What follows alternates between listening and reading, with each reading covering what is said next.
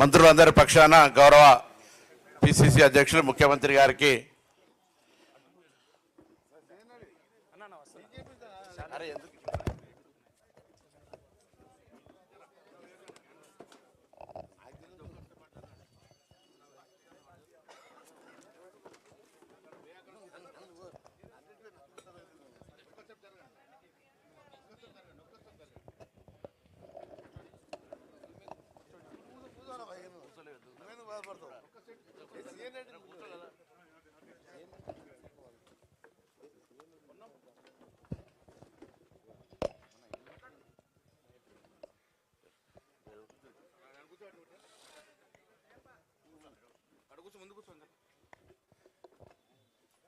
Jubilee hills ఎన్నికల్లో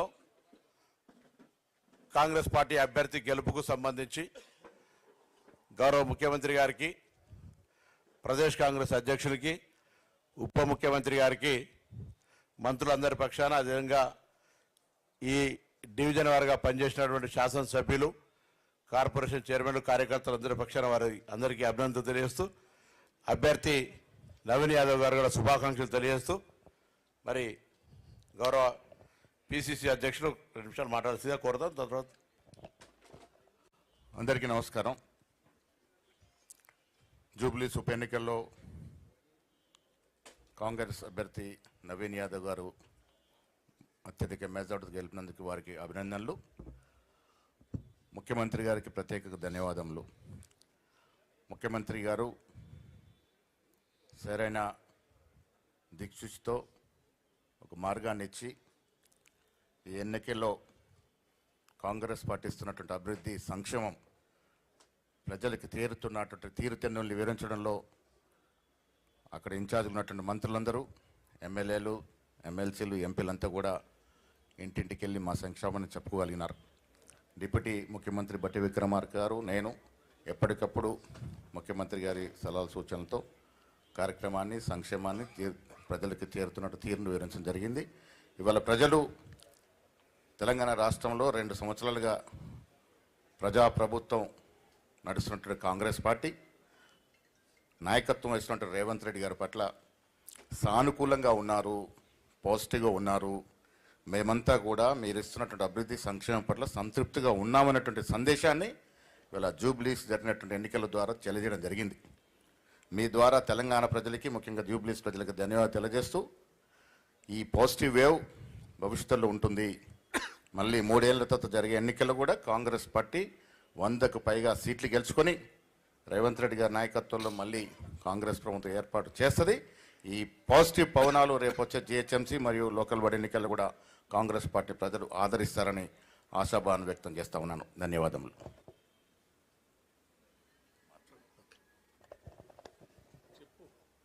ఇప్పుడు గౌరవనీయులు ముఖ్యమంత్రి రేవంత్ రెడ్డి గారు మీతో మాట్లాడతారు.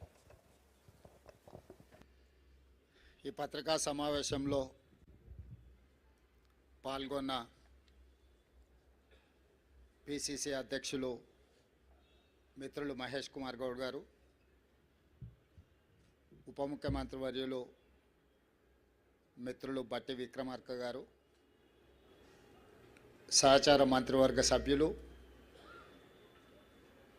నూతనంగా ఎన్నికైన జూబ్లీ హిల్స్ శాసనసభ్యులు యువమిత్రుడు నవీన్ యాదవ్ గారు, ఎన్నికల ప్రచారంలో పార్టీ బాధ్యతలు, ఈ గెలుపుకు ప్రధాన భూమిక పోషించిన పార్లమెంట్ సభ్యులు, శాసనమండలి సభ్యులు, శాసనసభ్యులు, వివిధ కార్పొరేషన్ల చైర్మన్లు, క్రియాశీలక కార్యకర్తలందరికీ మనస్ఫూర్తిగా అభినందనలు, కృతజ్ఞతలు తెలియజేస్తున్నాను. ఈ పత్రికా సమావేశం ద్వారా తెలంగాణ సమాజానికి,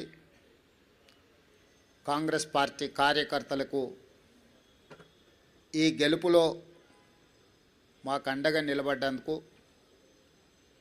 మనస్ఫూర్తిగా వారికి ధన్యవాదాలు తెలియజేస్తూ ఈ గెలుపు మా బాధ్యతను మరింతగా పెంచింది.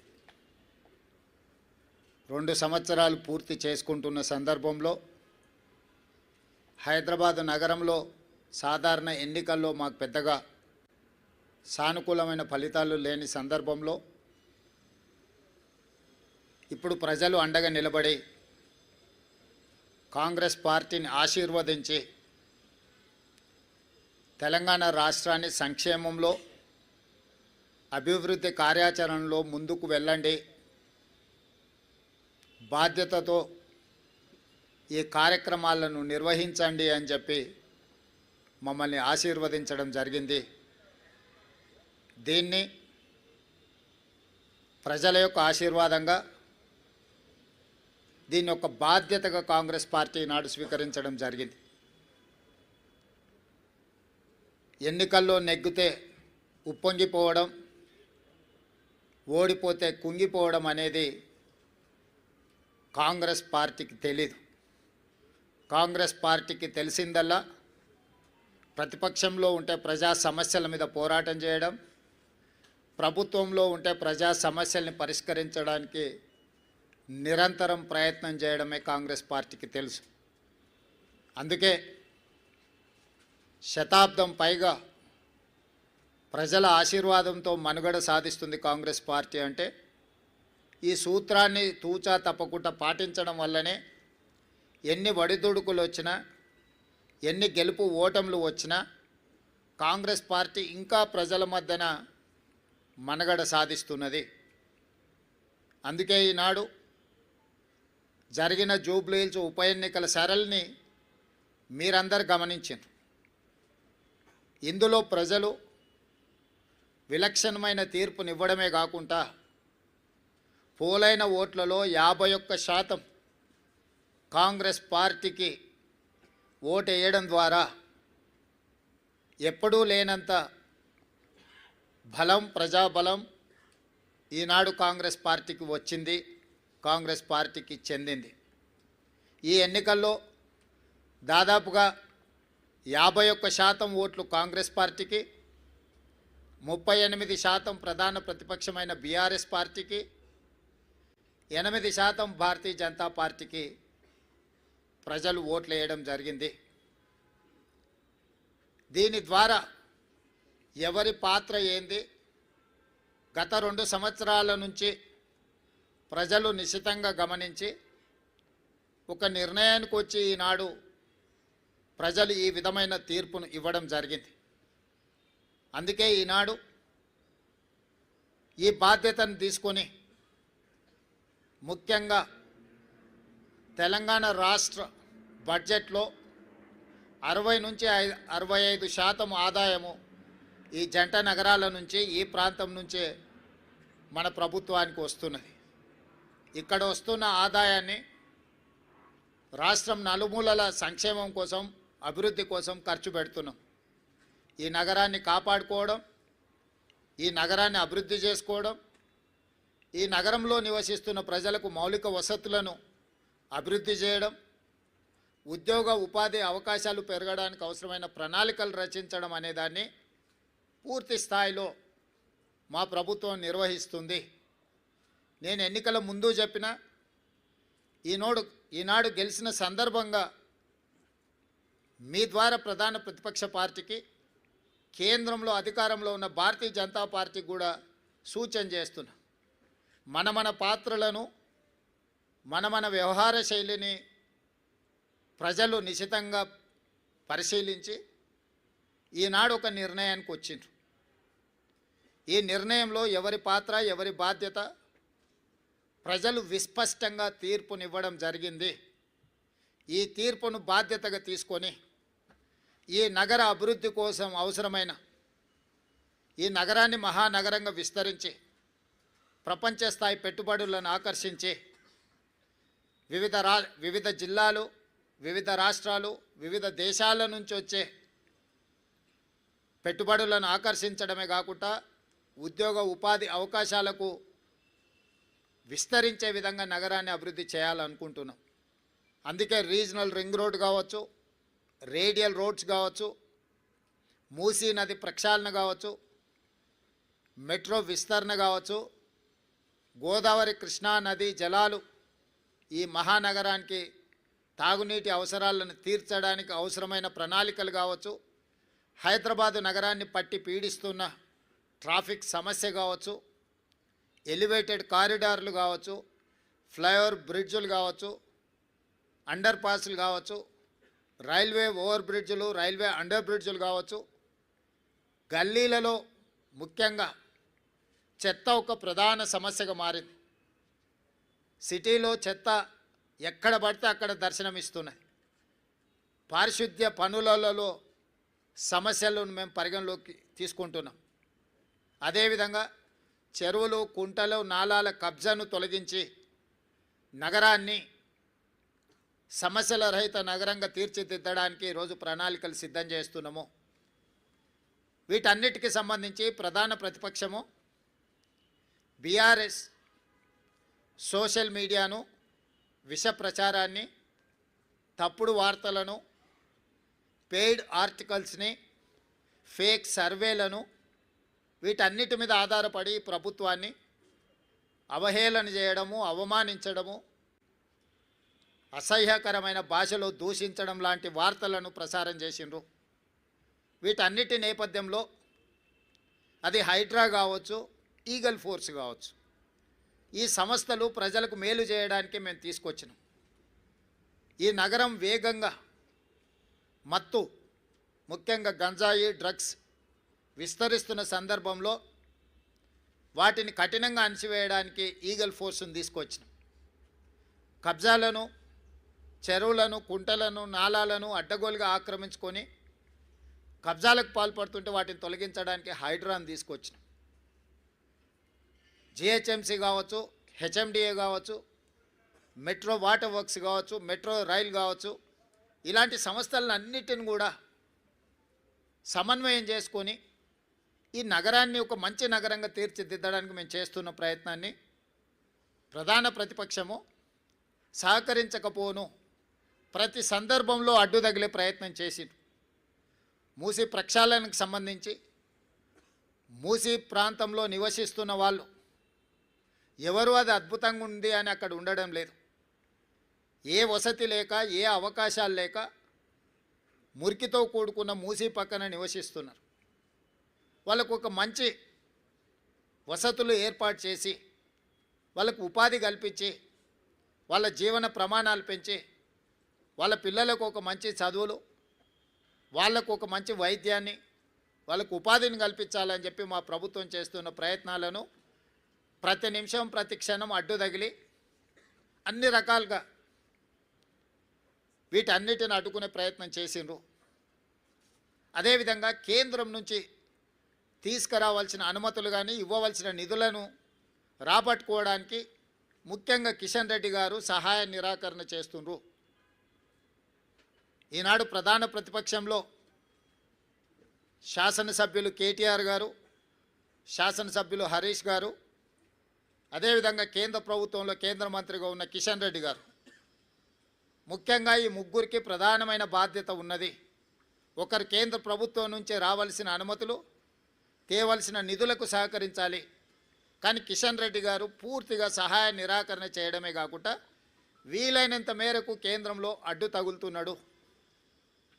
మెట్రో విషయంలో కావచ్చు, మూసీ ప్రక్షాళన విషయంలో కావచ్చు, గోదావరి జలాలు నగరానికి తరలించే విషయంలో కావచ్చు, రీజనల్ రింగ్ రోడ్డు విషయంలో కావచ్చు, కిషన్ రెడ్డి గారు పూర్తిగా సహాయ నిరాకరణ చేస్తుండ్రు. దీన్ని ప్రజలు గమనించడం వల్లనే పార్లమెంట్ ఎన్నికల్లో కిషన్ రెడ్డి గారికి 65,000 ఓట్లు ఇదే జూబ్లీ హిల్స్ అసెంబ్లీ నియోజకవర్గం నుంచి ఓట్లు వేయడం జరిగింది.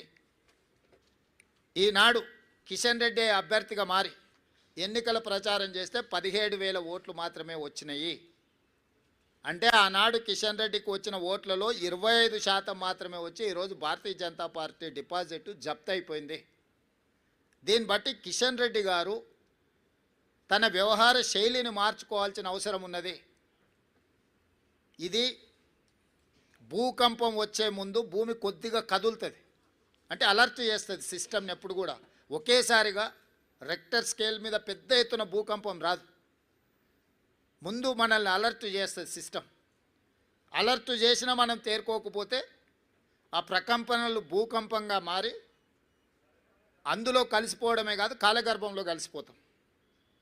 భారతీయ జనతా పార్టీ ముఖ్యంగా కిషన్ రెడ్డి గారు మీ నాయకత్వంలో మిమ్మల్ని 2014, 2019, 2023 3 సార్లు బీజేపీని ప్రాంతం నుంచి గెలిపించడం జరిగింది. మొన్న జరిగిన మీ పార్లమెంట్ ఎన్నికల్లో మీకు 65,000 ఓట్లు వస్తే ఈనాడు మీరే అభ్యర్థిగా మారి ఎన్నికలు చేస్తే 17,000 ఓట్లు వచ్చి మీ డిపాజిట్ పోయింది. కాబట్టి ఈరోజు ప్రజలు జంట నగరాలలో ప్రజలు మెట్రో విస్తరణ కోరుకుంటున్నారు, గోదావరి జలాలు రావాలనుకుంటున్నారు, మూసి ప్రక్షాళన జరగాలనుకుంటున్నారు, రీజనల్ రింగ్ రోడ్డు రేడియల్ రోడ్స్తో పాటు తెలంగాణ రాష్ట్రానికి వచ్చే పెట్టుబడులను ఒత్తిడితో ఇతర రాష్ట్రాల కేంద్ర ప్రభుత్వం తీసుకెళ్తున్నప్పుడు మీరు అడ్డుకోకుండా ప్రేక్షక పాత్ర వహించిందని చెప్పి ఈ ప్రాంతంలో చదువుకున్న వాళ్ళు పేదలందరూ ఆలోచన చేయబట్టి ఈరోజు బీజేపీకి పరిస్థితి దాపురించింది. ఈ ఫలితాల తర్వాత కిషన్ రెడ్డి గారు తన వ్యవహార శైలిని మార్చుకొని తెలంగాణ రాష్ట్ర ప్రభుత్వంతో సహకరించి తెలంగాణ ప్రజల యొక్క అభివృద్ధి, ముఖ్యంగా ఈ మహానగర అభివృద్ధి కోసం సహకరించాల్సిందిగా వారికి విజ్ఞప్తి చేస్తున్నా. ఇది భూకంపం ముందు జరిగిన చిన్న ప్రకంపన మాత్రమే భారతీయ జనతా పార్టీకి.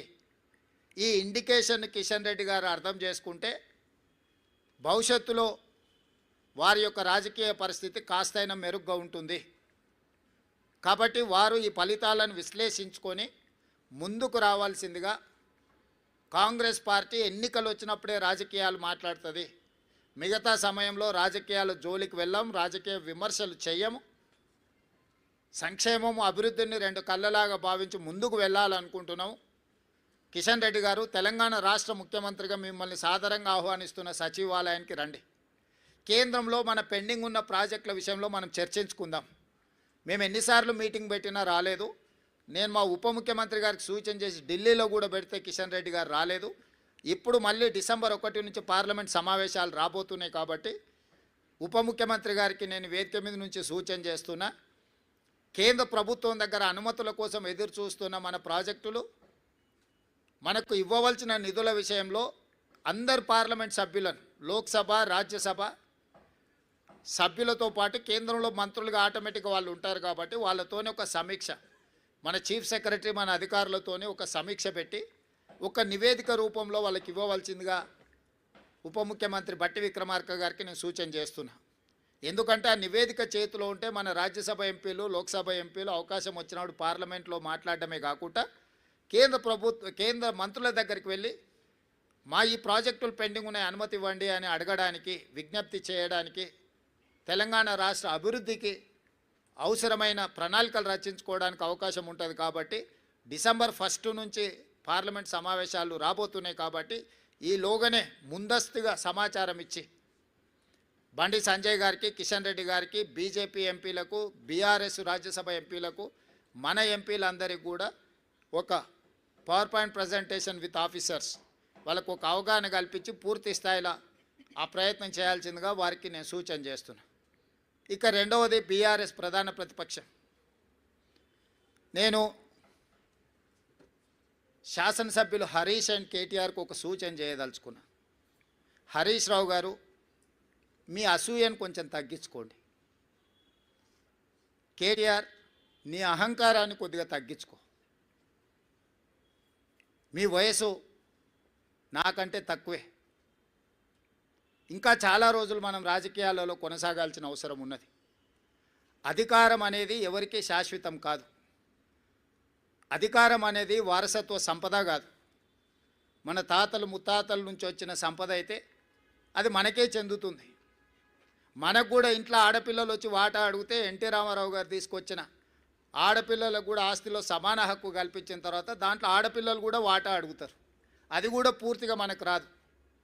ఈరోజు తెలంగాణ ప్రజలు స్పష్టంగా 2023 శాసనసభ ఎన్నికల్లో చంద్రశేఖరరావు గారే కాలుకు బల్పం కట్టుకొని తెలంగాణ నలుమూలలు తిరిగినప్పుడు మేమందరం కలిసి, సిఎల్పి నాయకుడుగా బట్టి విక్రమార్క గారు, పిసిసి ప్రెసిడెంట్గా నేను, ఉత్తమ్ కుమార్ రెడ్డి గారు, కోమటిరెడ్డి గారు, ఇక్కడ వేదిక మీద ఉన్న పెద్దలందరూ, పొంగులేటి శ్రీనివాసరెడ్డి గారు, ప్రతి ఒక్కరి సహకారం తీసుకొని మేము తెలంగాణ నలుమూలల మేమందరం కలిసి ఒక ప్రయత్నం చేసినాం.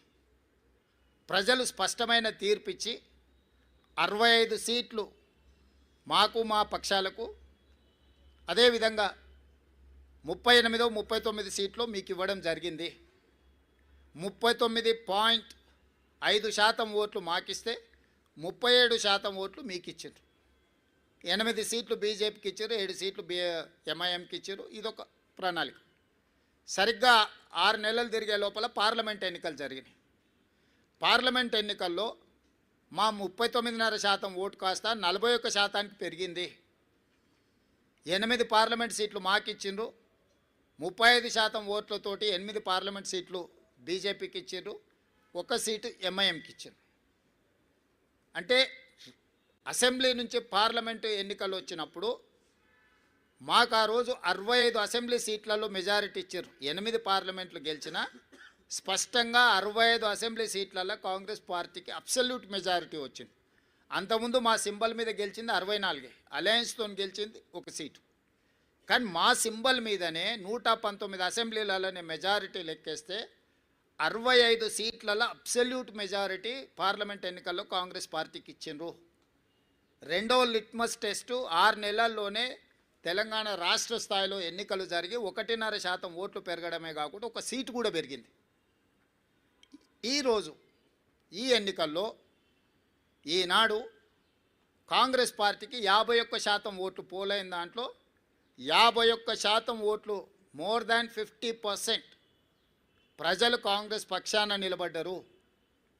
ఈరోజు బీఆర్ఎస్కు 38%, బీజేపీకి 8% ఇచ్చి బీఆర్ఎస్ బీజేపీ కలిసిన అంతకంటే అధిక శాతం ఓట్లు ఇచ్చి కాంగ్రెస్ పార్టీకి ప్రజలు అండగా నిలబడి మా ప్రభుత్వాన్ని ఆశీర్వదించి 51% ఓట్లతోని ఈరోజు జూబ్లీహిల్స్ ఉప ఎన్నికలో కాంగ్రెస్ అభ్యర్థి నవీన్ యాదవ్ గెలవడం జరిగింది. దీన్ని అర్థం చేసుకున్నాకైనా ప్రభుత్వం చేపడుతున్న అభివృద్ధి కార్యక్రమాలు, సంక్షేమ కార్యక్రమాలు కొనసాగుతున్నాయి. కొనసాగడానికి ఇంకా కొంత సమయం పడుతుంది, అమలు చేయడానికి సమయం పడుతుంది. ఆర్థిక పరిస్థితి ఏ విధంగా ఉందో వివరించడం, వీటన్నిటిని కూడా తీసుకొని ముందుకు వెళ్తున్నామని ప్రజలు ఒక అభిప్రాయానికి వచ్చి మాకు అవకాశం ఇస్తూ వస్తున్నారు. కాబట్టి ఇప్పుడు ప్రతిపక్షము కొంత సంవయనం పాటించాలి. అందుకే నేను హరీష్ రావు గారికి అసూయ తగ్గించుకోమని సూచన చేస్తున్నా.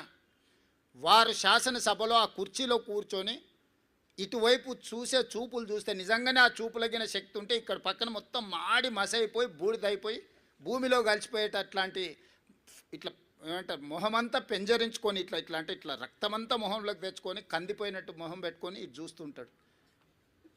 అది ప్రజలు గమనిస్తున్నారు. కేటీఆర్ గారు అహంకారం, అధికారం పోయినా ఈయన అసూయ పోలేదు, ఆయనకు అహంకారం పోలేదు.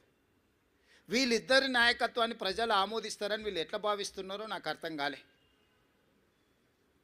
కాబట్టి నా సూచన, ఒక 2 సంవత్సరాలు ఓపిక పట్టండి. ఇంకా 3 ఏళ్ళు ఉంది జనరల్ ఎలక్షన్కి. చివరి సంవత్సరంలో రాజకీయాలు చేద్దాం. 2 సంవత్సరాలు సహకరించండి. ప్రతిపక్షంగా మీరు సూచన చేయండి, సమస్యల్ని లేవనెత్తండి, ప్రభుత్వానికి విజ్ఞప్తి చేయండి, అవసరం అనుకుంటే నిరసన తెలపండి, ధర్నా చేయండి. ప్రజా సమస్యల మీద మాకు అభ్యంతరం లేదు, మేము అనుమతులు ఇస్తున్నాము. చట్టసభలలో చర్చలు చేయండి, ప్రభుత్వాన్ని ప్రశ్నించండి. తప్పుడు ప్రచారము, నువ్వు డబ్బులు ఇచ్చి పెట్టుకున్న సోషల్ మీడియా నువ్వు చెప్పిందే రాస్తాడు. నువ్వు చెప్పిందే రాసి నువ్వే చదివిది నిజం అనుకొని భ్రమలకు లోనై ఫేక్ ప్రతిదీ.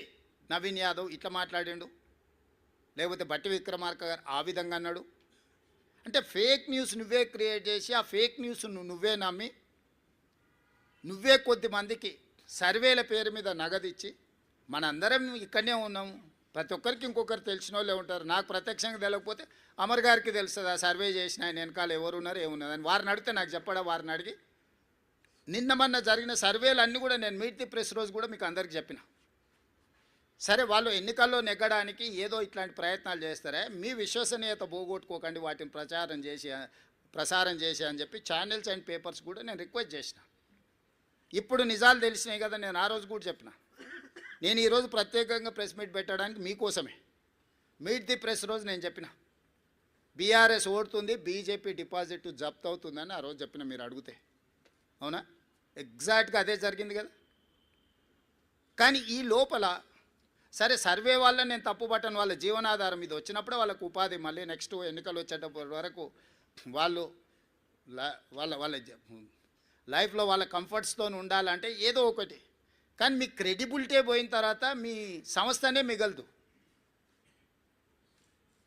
పెయిడ్ ఆర్టికల్స్ కోసము, పెయిడ్ న్యూస్ టెలికాస్ట్ కోసము సంస్థలు కూడా వ్యాపార దృక్పథంతో ఇట్లాంటి తప్పుడు ప్రచారాలు చేస్తే ఆ తప్పుడు ప్రచారాలు కొద్ది రోజుల్లో తేటతెల్లమైనప్పుడు వచ్చే సమస్యలను కూడా మీడియా సంస్థలు దృష్టిలో పెట్టుకోవాలి. అంతెందుకు ఈరోజు ఉదయం 3వ రౌండ్లో మాకు 3500 మెజారిటీ వస్తే 3వ రౌండ్లో బీఆర్ఎస్కు 211 ఓట్ల మెజారిటీ వచ్చింది. ఇంకా బీఆర్ఎస్ హవా మొదలైపోయిందని చెప్పి పెద్ద ఛానల్స్ పెద్ద పెద్ద బ్రేకింగ్, నేను టీవీ పగిలిపోతుందేమో అనుకున్నా, ఎర్ర ఇట్లా ఊగిపోతుంటేదో అయినట్టే ఉందని. తప్పు ఆ సమాచారం అంటే దబాయిస్తున్నారు ఉల్టారే, మాకు తెలుసా మీకు తెలుసా, మా వాడు లోపల నుంచి పంపిస్తుండని.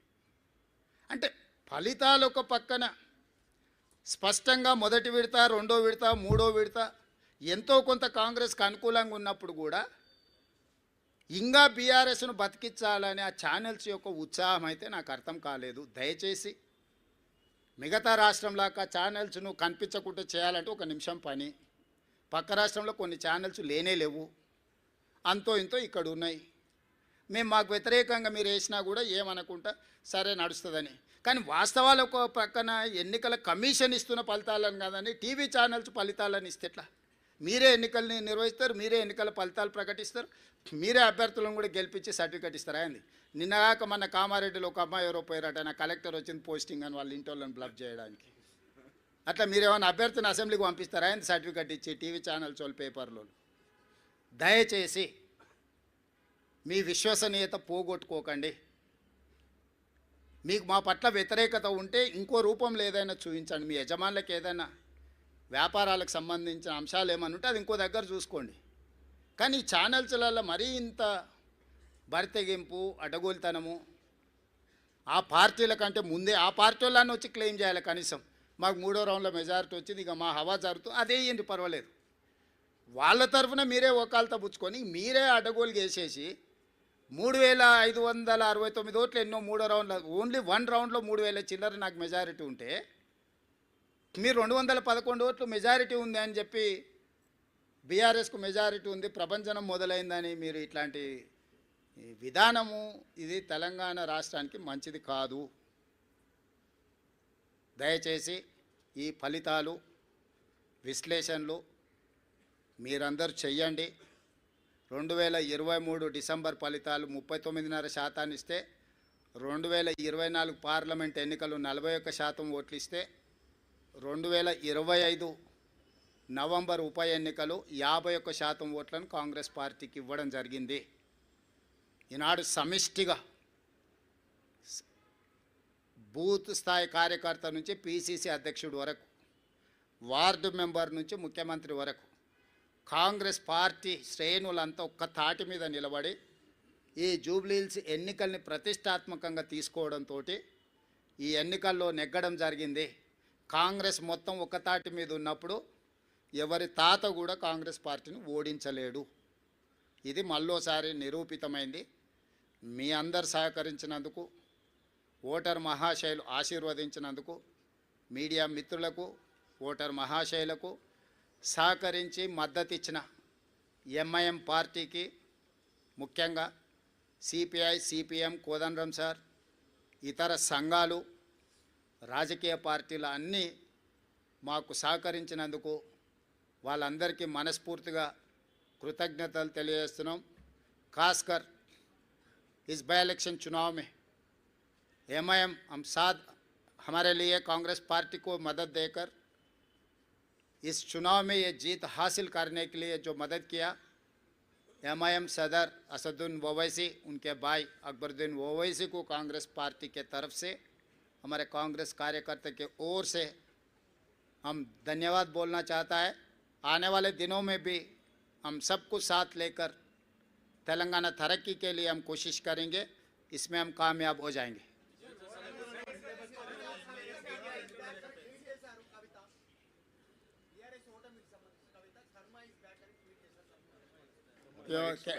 అంటే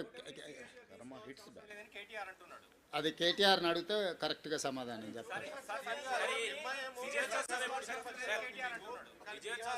మిత్రపక్షంగా లేదు ఇక్కడ మీ కాంగ్రెస్ నేతలే ఎంఐఎం బీజేపీ బి టీం అంటున్నారు. ఇక్కడ మిత్రపక్షం బి టీమా మిత్రపక్షమా? ఇక్కడ మిత్రపక్షంగా ఉంది, బీహార్లో మిత్రపక్షం లేదు. అసలు కాంగ్రెస్ ఓవరాల్ పాలసీ ఏంటి? భారతదేశము రాష్ట్రాల సమీకరణ తెలుసు కదా. ఏ రాష్ట్రంలో ఆ రాష్ట్రంలో ఉండే నైసర్గిక పరిస్థితులను బట్టి, అక్కడ వాతావరణాన్ని బట్టి అక్కడ పంటలు పండుతాయి, అంతేనా? అదే జాతీయ పార్టీ కానీ యూనియన్ ఆఫ్ స్టేట్స్ ఇది. జాతీయ పార్టీ కూడా ప్రతి రాష్ట్రానికి ఒక పీసీసీ అధ్యక్షుడిని ఎందుకు వేస్తున్నారు? ఒకే అధ్యక్షుడు జాతీయ స్థాయిలో ఉంటే సరిపోతుంది కదా. ఏ రాష్ట్రాలకు ఆ రాష్ట్రాలకు ఆ స్థానిక పరిస్థితులను బట్టి నిర్ణయాలు తీసుకోవడానికి వెసులుబాటు కాంగ్రెస్ పార్టీ కల్పిస్తుంది. ఆ వెసులుబాటులో భాగంగానే తెలంగాణ రాష్ట్రంలో కాంగ్రెస్ పార్టీ నిర్ణయాలు తీసుకున్నది. మాకు కలిసి వచ్చినందుకు ఎంఐఎంకు మేము ధన్యవాదాలు తెలియజేస్తున్నాం.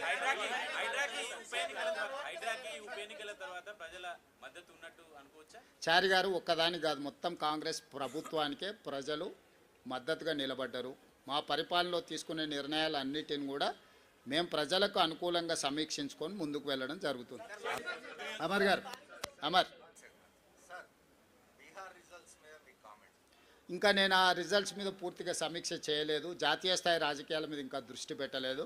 ఇప్పటివరకు తెలంగాణ ఉప ఎన్నికల మీదనే ఉన్నాను. వాటిని విశ్లేషించిన తర్వాత తప్పకుండా నేను స్పందిస్తాను.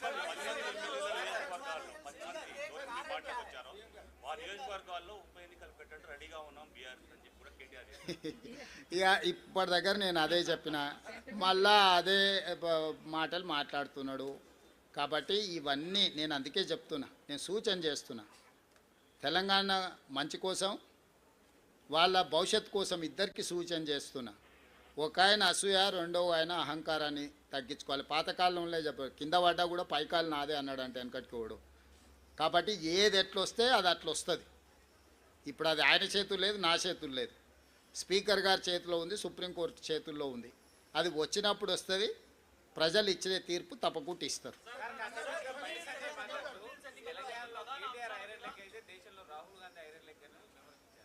అదే మొత్తం అన్నీ పరిశీలించి మొత్తం కలిపి వడ్డిస్తా.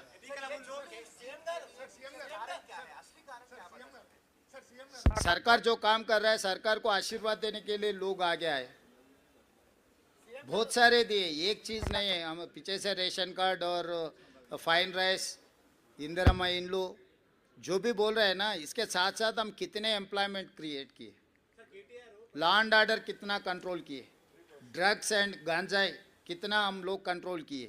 इस बार बारिश कितने आए आप देखे ना. इससे पहले 10 सेंटीमीटर बारिश है तो पूरा शहर डूबते थे. इस बार 40 सेंटीमीटर 50 सेंटीमीटर बारिश आए तो भी कोई भी एक कॉलोनी एक बस्ती पानी में नहीं डूबा. लोग देख रहे हैं, मूसी में किसी को तकलीफ नहीं आया. इस बार पहली बार तेलंगाना हासिल करने के बाद 12 साल में बहुत बड़ा बारिश आए थे, क्लाउड बस्ट हुए थे. मगर इस बार हम जो तरीका से जो काम किए, शहर के लोग लॉ एंड ऑर्डर कंट्रोल है, हम ड्रग्स कंट्रोल किए, बारिश में जो फ्लड्स है फ्लड्स को हम कंट्रोल किए, हर किसी को नौकरी देने के लिए कोशिश कर रहे हैं.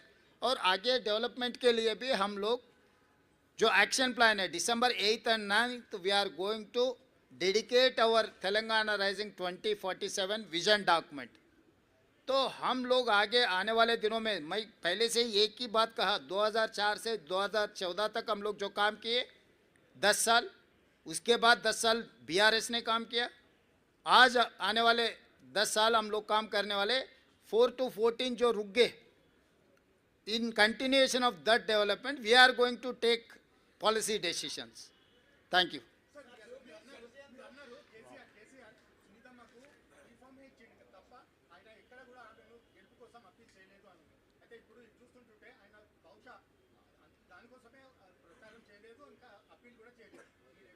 అంటే నేనేమన్నాను, ముందు నుంచి పాపం కేసీఆర్ గారిని తప్పించి ఆ కుర్చీని గుంజుకోవాలని హరీష్ కేటీఆర్ పోటీ పడుతున్నారు. సో ఒకసారి వాళ్ళకి అవకాశం ఇస్తే వాళ్ళ పరిస్థితి ఏదో వాళ్ళకి అర్థం కావాలని కేసీఆర్ గారు మౌనంగా ఉన్నారని నేను అనుకుంటున్నా. కేసీఆర్ గారు క్రియాశీలక రాజకీయాలలో లేరు, వారి ఆరోగ్యం కూడా అంతంతగానే ఉంది. క్రియాశీలక రాజకీయాలలో లేకుండా ఆరోగ్యం అంతంతగా ఉన్న ఒక నాయకుడిని విమర్శించడం భావ్యం కాదని నేను భావిస్తున్నా. కేసీఆర్ గారు క్రియాశీలక రాజకీయాలకు వచ్చినప్పుడు తప్పకుండా వారి పట్ల నేను స్పందిస్తాను. నా సూచన ఒక్కటే మీకు, ఇక డెవలప్మెంట్ మీద ఫోకస్ పెడదాము. రాబోయే 2 సంవత్సరాలు ఫోకస్డ్గా మన రాష్ట్రాన్ని అభివృద్ధి చేసుకుందాము, సంక్షేమ పథకాలు అమలు చేద్దాము, రాష్ట్ర ఆదాయాన్ని పెంచుకుందాము, వనరులను సమకూర్చుకుందాము, అభివృద్ధికి సహకరించండి అని ప్రధాన ప్రతిపక్షం హరీష్ కేటీఆర్కి చెప్తున్నా, కేంద్రం నుంచి నిధుల కోసం సహకరించమని కిషన్ రెడ్డి గారికి చెప్తున్నా. మనమందరం కష్టపడతాం, మీరు కూడా ఈ కష్టాన్ని గుర్తించి ప్రజలకు చెప్పండి అని మీకు కూడా విజ్ఞప్తి చేస్తున్నా. అంతే తప్ప ఇంకా రాజకీయ విమర్శలకు తావు లేదు, అవసరం లేదు. రేపు 17th క్యాబినెట్లో అవన్నీ డిస్కషన్ జరుగుతాయి. 17 తారీఖు రోజు క్యాబినెట్ సమావేశం ఉన్నది. క్యాబినెట్ సమావేశంలో మంత్రులందరూ సూచనలు తీసుకున్న తర్వాత స్థానిక సంస్థల ఎన్నికలకు సంబంధించి ఉన్న పరిణామాలు, న్యాయస్థానంలో ఉన్న అంశాలను వీటన్నిటిని పరిగణలోకి తీసుకున్న తర్వాత ఒక నిర్ణయానికి వస్తాం. Thank you.